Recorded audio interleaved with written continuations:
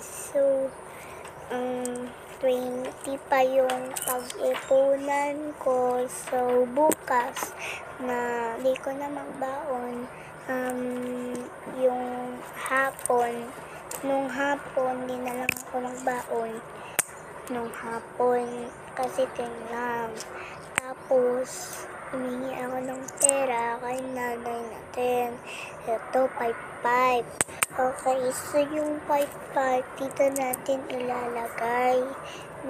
Kasi mga yung 10 na didikit na ganito.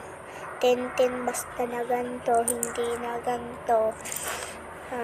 Dito ilalagay. Tapos, kung di nakamasya dito na natin ilalagay. Kung di nakumasya, kung malaki pa ito. Okay, so,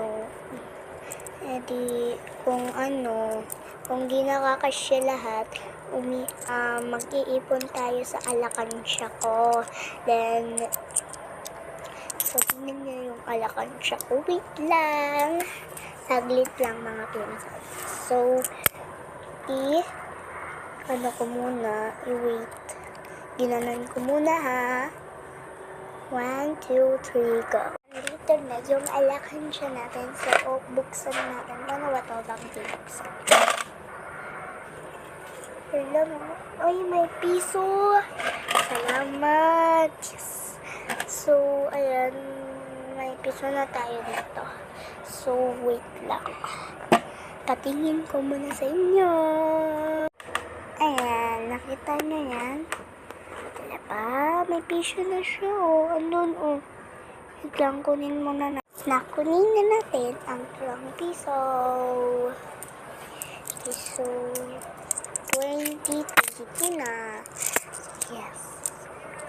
Pwede na dito piso-piso. Saan ba natin ilagay yung piso-piso? Kasi mag-iipon ako. Dito ako mag-iipon. Then dito. Sa tatay ko to. Hindi to akin. So, ayan. Paulitin na natin. Wait lang. Hanggang later. Okay, so guys, nakakapaulit na natin. So, ang piso-piso, dito na lang. Dito na lang ang piso-piso. Paabutin natin na 50. Yan. Pwede na yan. Medyo matagal pa siya mag-stop.